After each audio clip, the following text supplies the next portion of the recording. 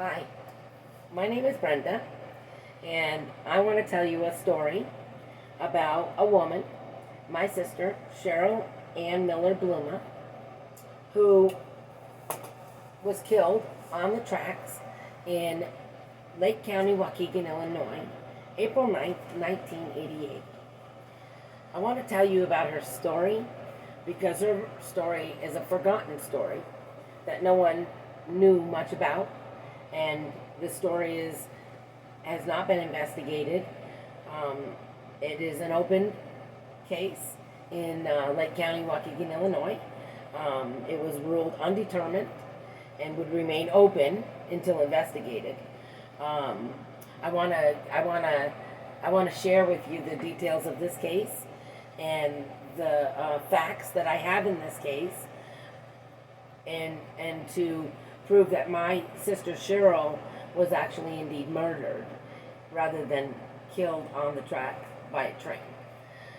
That is going to be hard to determine, I'm certain, in one aspect, but in other aspects there are facts that pertain to her death with statements from one male who was with her 8 minutes prior to the train and impact of killing her. So this story is going to unfold with me sharing with you the details of what I have about my sister, Cheryl Ann Miller Bluma. So let's start from the beginning. That is her name, Cheryl Ann Miller Bluma. And she grew up New York, Vermont. She left Vermont and moved to Wisconsin. She married and divorced there, and in September of 1988, she moved to Lake County, Waukegan, Illinois. And she had moved in with a boyfriend that had come forward in the inquest that she had to determine her death. So we have two inquests that were done on Cheryl in 1988. And so she had moved in with him, and by March of 1988, March 28th, he had evicted her out of his place and all of her stuff. But I believe all of her stuff was burned in a car fire of some sort, so that she was left with no identification or anything. So April 8th, 1988, she picked up her birth certificate that she had requested from Vermont and received her birth certificate at the post office. She had to sign for it, and picked it up April 8th, 1988, and had it in her back pocket when she was taken off the tracks after she was deceased, April 9th, 1998, and that's how they identified her. So, going forward from her getting that birth certificate, so we know from the newspaper articles that Cheryl was killed on the railroad tracks. And by the way, this is my sister Cheryl, and this is what she looks like. And so in the newspaper article, there's the acting police chief who stated that Cheryl was a drug addict, and that she was a heavy cocaine user, and that that witnesses from the train station, this is from the police chiefs in the newspaper article only, that he stated that the witnesses from the station watched Cheryl walk onto the tracks, lay down, pose her arms across her chest, and they said that she did this precisely enough so that she could not be saved. And it was ruled in the first inquest as a suicide. So it is in the newspaper. Train kills Waukegan woman kills woman in Waukegan, Illinois. So that is my sister Cheryl Ann Miller Bluma, and that was April 9th, 1988. let's lead up to the events prior to her death. Let's go back 2 days.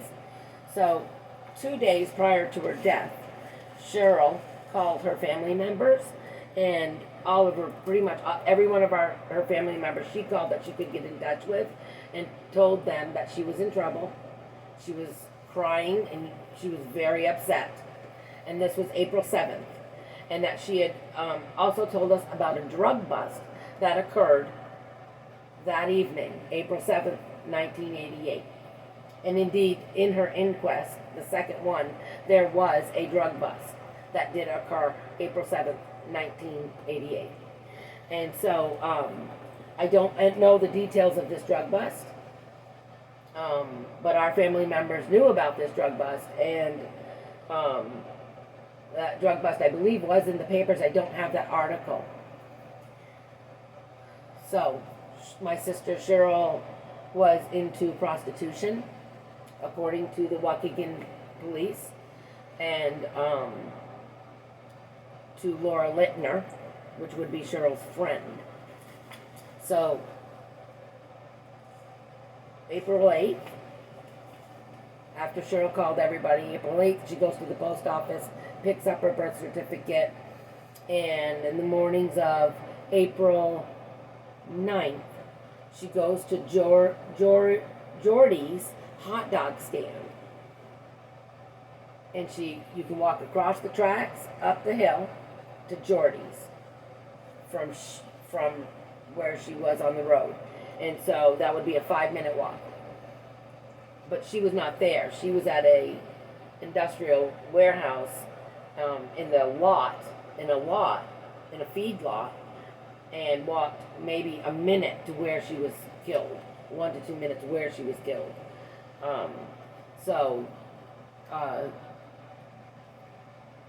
So the morning of the 9th, 1988, Cheryl walked to Jordy's, and she had a hot dog and french fries. And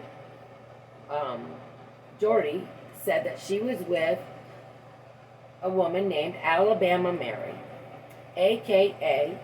Maria Chavez. And I'm going to tell you the story about Maria Chavez, but let me finish the story. So Cheryl walks from Jordy's to Laura Littner's in the morning. So she shows up there around 11 a.m., April 9th, 1988.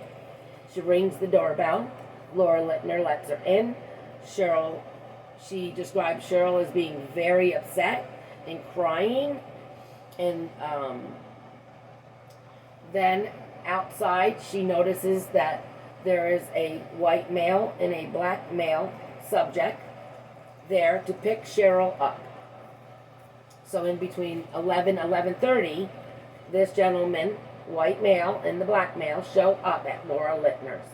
Laura Littner identifies the white male subject as Carlos Whitlock. Carlos Whitlock is eyewitnessed by Laura Littner, who, let's connect Laura Littner to Carlos Whitlock, it's her ex-boyfriend. Let's connect Carlos Whitlock to my sister Cheryl. Carlos Whitlock is a pimp. He is been identified by the police as Cheryl and Alabama Mary, a.k.a. Maria Chavez's pimp. So there's those connections, okay? So Carlos Whitlock and the unidentified black male subject show up at Laura Littner's to pick my sister Cheryl up. Cheryl is witnessed by Laura getting into the vehicle with Carlos Whitlock. At 11:40 a.m., at the scene of the crime, at the tracks, Carlos Whitlock is identified, and he is identified by a photo lineup of all white males. And he identified Carlos Whitlock with being with my sister at 11:40 a.m.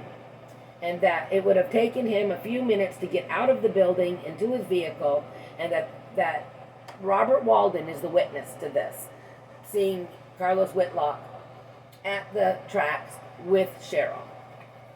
Okay?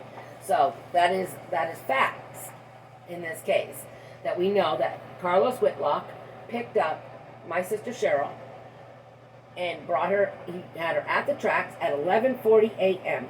At 11:48 a.m., my sister Cheryl was hit by 4 cars and the engine of the train. At 11:48 a.m., 8 minutes after Carlos Whitlock was identified by somebody at that intersection at the tracks. The police went to Carlos Whitlock. They knew of him because he had been paroled out on traffic violations. This is all in her second inquest.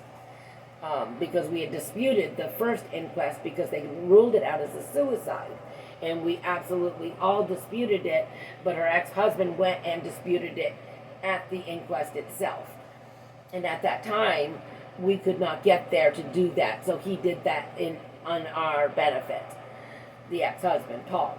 And so, in this second inquest is all this factual information about these incidents, the times and the time frames, the location. It is precisely dead on with the time that he had Carlos Whitlock picked Cheryl up and brought her to the tracks. Now let me get to the reasoning of why she would be at those tracks with Carlos Whitlock, her pimp. Laura Littner, the ex-girlfriend, made a statement to the police stating that Carlos Whitlock said that bitch would pay for holding out on me, and I'm going to throw her in front of a train and see how she likes that. And that is in Cheryl's inquest, the second inquest. It is in there that he made that statement, and that Laura Littner was a witness to that statement. And so they interviewed Carlos Whitlock, and Carlos Whitlock lied and said that he had not seen Cheryl in 3 weeks, and that even though he was identified by 2 different people at 2 different locations precisely 8 minutes after she was killed by the train, and that inflammatory statement of killing her by throwing her in front of a train, it is absolutely a fact in her inquest that was said and done. In her inquest, there was absolutely no investigation done with her death. They never followed up on Carlos Whitlock. They believed his word that he was with his girlfriend and her mom, and they were watching movies, and they got him at the Dollar King or the Video King, and had dinner here, and that was all believable to the police. And even though Carlos Whitlock was identified as Cheryl's pimp, also Alabama Mary's pimp, aka Maria Chavez,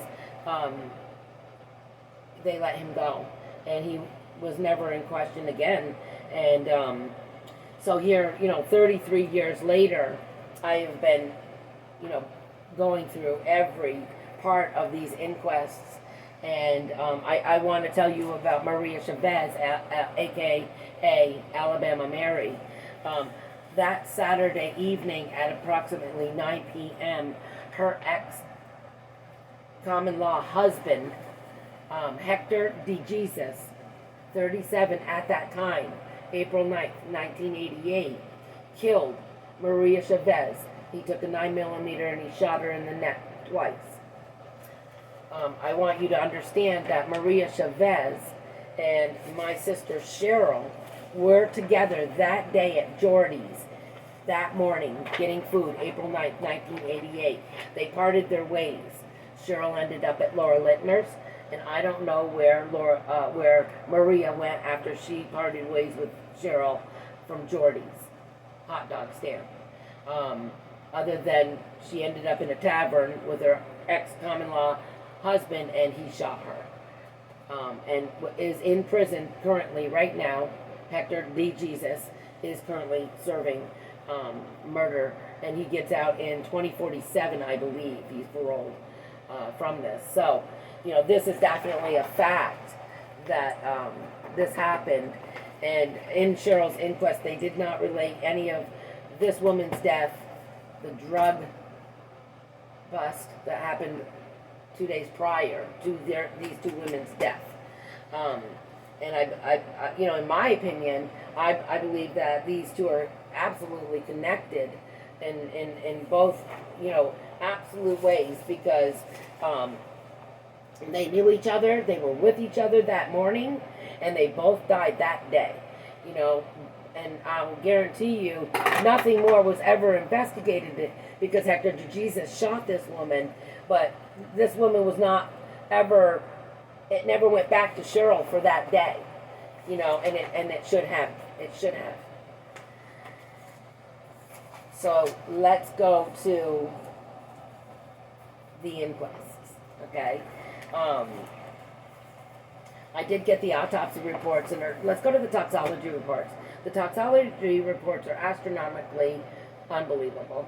So her levels of consumption of alcohol at that time, at one point, the toxologist said that they were at 0.400%.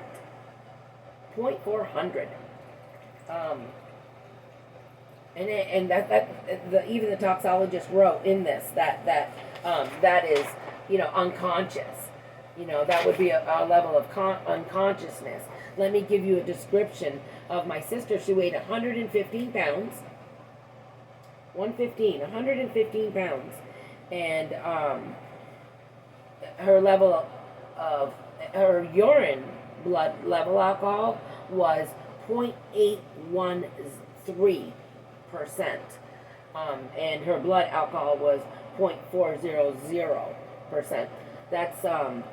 That's extreme, and the gentleman, Robert Walden, said that when he looked in his rearview mirror, leaving the factory and leaving her in his sights, said that she was walking very slow motion. It would be easy to drop somebody onto the tracks, pose them like this, and in between the tracks too. So the tracks are this way. She was laying in between them. She was not across the tracks like this. She was in between them, and she was posed like this, and her head slightly to the left on the rail, laying on the rail like that. So if somebody fell unconscious, they are not going to fall and pose themselves.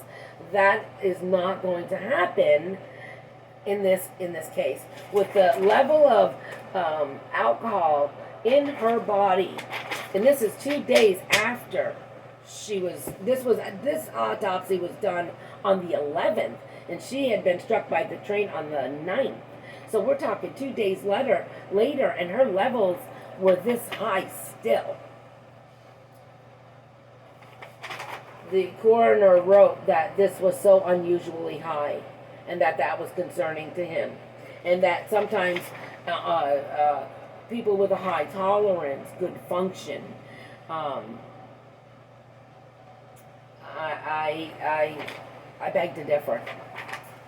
At that levels, I think that's intensely high, and that they had to have been higher at some point within that period of time from the 10 a.m. to 11:48 a.m. when she got struck by the train. So I did receive the autopsy, and her injury sustained, I wanted to dissect this autopsy, injury to injury, but there would be absolutely no way that you could take this injury and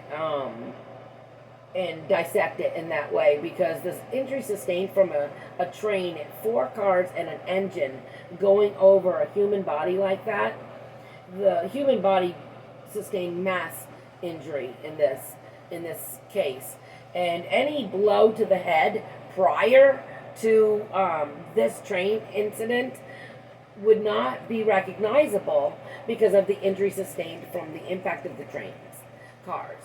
Okay, so there would be no feasible way to determine, yes, she was unconscious, she did not flinch when that train was coming at her. The conductor watched the train go over her.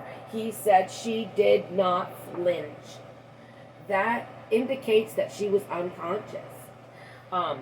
Why was she posed?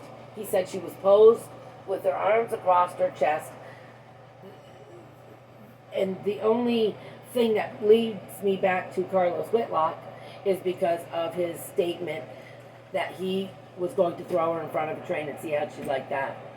And that I believe he followed through on his word. And it was not investigated because they quickly called it a suicide, and they never looked back from it. This case has remained open for 33 years, but yet nobody has looked at this case, you know. And I have spent hours going through this case, you know, putting together the inquests and dissecting these inquests. And these inquests are just so inconsistent and so mishandled. Like the facts are in the second inquest that the last man with my sister Cheryl was the only person that had threatened to end her life in the fashion that her life ended. So, you know, mind you, let's go back to the report in the police, from the police chief, the acting police chief. I want to talk about that because he made this amazing statement that he said that Cheryl, I want to tell you who the acting chief police was in 1988. So according to Waukegan Police Chief Ronald Hury, witnesses at the station said Miller walked onto the tracks on her own.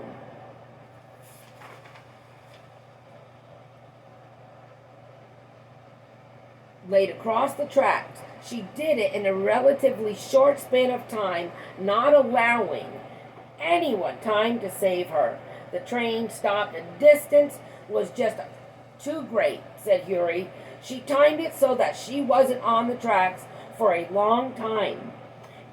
Indications are that it was just an attempt at suicide, where someone would have had time to save her. She was going to commit suicide. This was from the police chief at that time. He stated this in this newspaper article. And, Police Chief Hury's statements and any witness statements that he said witnessed her doing this were never, ever, ever, ever supplied in either inquest. So anything that police chief stated that happened, that she, was a heavy cocaine user, that she willingly walked on, people watched her do this in a timely fashion so that nobody could save her, and that she wanted to commit suicide. So we come back to the inquests and his statements, any witness statements, any report from this police chief. There was absolutely zero at all from Police Chief Hury. Nothing. He supplied not one iota of a statement. Nothing. He gave nothing to these inquests. This judge at the inquest stated that if they had subpoenaed all of Lake County Waukegan Police Department for this inquest for my sister Cheryl, why, they would have to shut down the police department. So that would not have been possible to do. And that's what happened. No.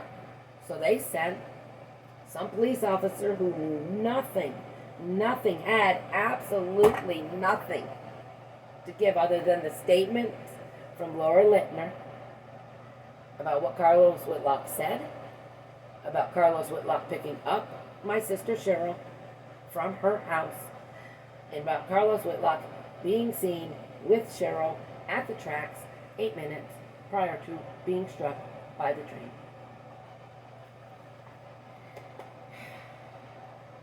So, we are looking at, you would think a slam dunk home run. slam dunk home run. This is not a slam dunk home run, and this case remains open. There is, there are no reports with any of the inquests. I could give you the precise location, about 100 yards from, 100 feet maybe, 100 yards possibly, from the station to where she was killed, which I don't believe you can see. And the police chief in the paper said that you could see, witnesses could see her actually walk on. Well, I don't believe that would be the case with the location of where she was struck and where the train station actually is. And the Robert Waldman, who witnessed Carlos at the tracks with my sister Cheryl, said that he thought the Blazer that Carlos was in followed him up to Genesee Street past Sheridan. Well, that's a 2-minute tour driving. We mapped it out on MapQuest, and it's about a 2-minute tour, which, perfect. So he would have taken it, and he could have he lost him at Genesee Street, said he wasn't there, but in the inquest, Robert Walden could not identify the driver of the vehicle following him. But he could identify the vehicle and Carlos Whitlock at the scene. But he could not identify the person following him and thought it was because of the make of the Blazer. You know how many Chevy Blazers and Ford Blazers there was in the 80s? Oh my gosh, the limited series. I mean, we're talking many. Okay? Blazers out of control. So, it could have been any Blazer from off from Water Street. He was onto another street. It could have been from that street that Blazer came from and not from back where he had left Cheryl. And saw her in the rearview mirror with a man. So, and that she was walking slowly, in slow motion. Well, I'd imagine at those alcohol levels, she was probably not even near functioning. At those levels, the body starts shutting down internally. Those organs will start to shut down at those levels. Anything at 4 or 5, you're talking not breathing anymore. 0.45. So Cheryl was at 0.400. This is astronomical in my opinion, to wondering, she was there at the tracks with Carlos. And so this is the case of, where's Carlos Whitlock? How is Carlos going to be held accountable for this? Because they did not hold him accountable for anything. Even the fact that he said that he had not seen Cheryl in 3 weeks, but he had been identified by 2 different people that day with her. So it's unbelievable that they allowed the pimp to get away with this. And I wrote to Chicago's missing cases and asked them how many more deaths were there in that vicinity. That the Chicago police districts and train considered it a suicide or train pedestrian accident, because that's what happened. They first chalked it up as a suicide in the first inquest, and then in the second inquest we disputed that, and they chalked it up as undetermined, and the case remains open. And so in my opinion, we've researched it a little bit. There's been 35 deaths there in that vicinity. I wonder how many of them managed to be in this kind of situation where they were just gotten rid of because maybe they knew something happened at a drug bust, or they held out on the pimp, and the best way to get rid of somebody is to throw them on the tracks and let the train hit them. Because if you knock somebody unconscious and put those people on the tracks 2 minutes before the train hits them, nobody's going to see that, and the train's not going to be able to stop because they're doing 40 miles per hour by the time they got to her. So they couldn't stop until 4 cars later. So you can imagine the injury sustained from a train accident to a pedestrian, and imagine internally and externally those injuries, and I have the autopsy report, I would never be able to determine a blow to the head with this autopsy report, because she was severed internally, her heart, her lung, rib cage, shoulder was broken, lacerated head wounds throughout, lacerated throughout her entire body, internally and externally. And so, if there was anybody who ever got knocked unconscious and then was put on those tracks, then that's an easy way to dispose of a body, because it's not investigated. They're most likely not going to be investigated any further, because they called it a suicide or a train pedestrian accident. No one would ever think to dispose of a body in that fashion if somebody was involved in drugs, prostitution, sex rings, whatever, right? It's an easy rid. And back in the 80s, you have to go back into the 80s and step out of this box, because in the 80s there was so much crime in Chicago. South Side was extreme.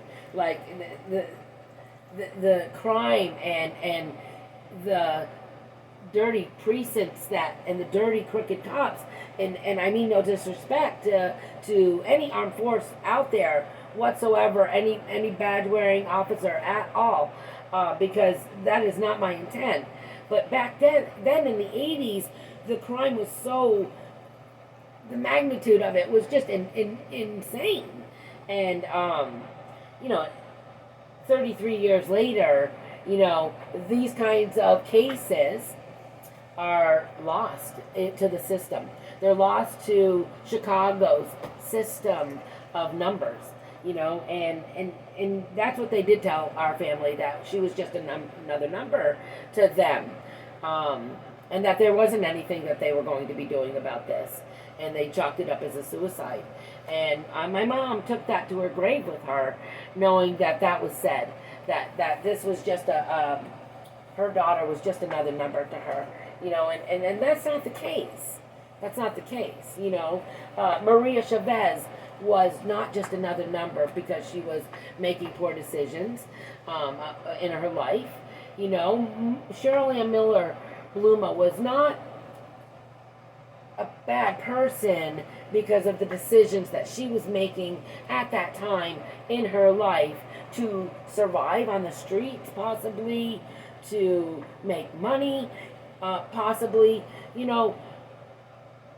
but she was categorized as a prostitute and a drug addict and a heavy cocaine user. And I want to go back to that because the toxicology report showed just a trace amount of cocaine, which would have been 0.70%. And that was very minute. Blood cocaine level was 0.073 mg/L. So 73 mg/ml. That's just a trace. And in that police article from the police chief, he had stated that Cheryl was a heavy cocaine user and a prostitute. And, she went into Chicago's numeral system as just that. She went into the numeral system of the lost and the forgotten. Men and women and their cases who've never been heard.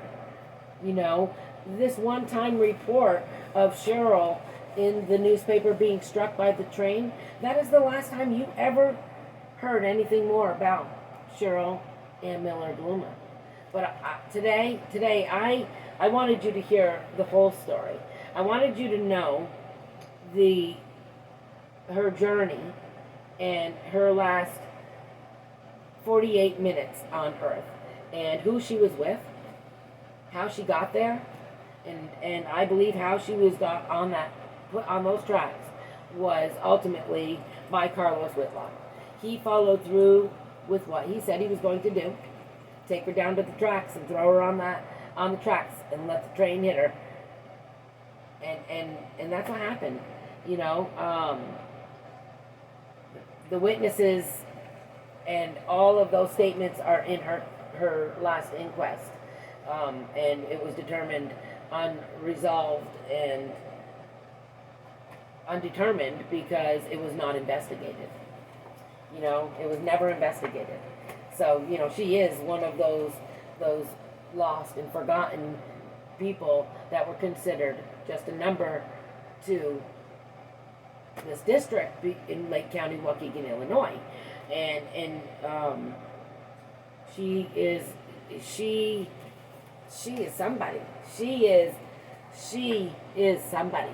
And she was killed on those tracks. And it is in her inquest. And I want to get this reinvestigated, and I want to investigate it. I would love to see that Carlos Whitlock was brought to justice, that justice would be served, that my sister's death would not be fruitless and would not be categorized as the prostitute that wanted to commit suicide on the tracks. You know, my sister lived 8 months in Waukegan, Illinois, and was dead at the age of 25. 25 years old. Her life was snuffed out just like that. And not one person lifted a finger to even care. And anybody that had any interest in her cases, in any of these inquests, literally lacked any regard to her death.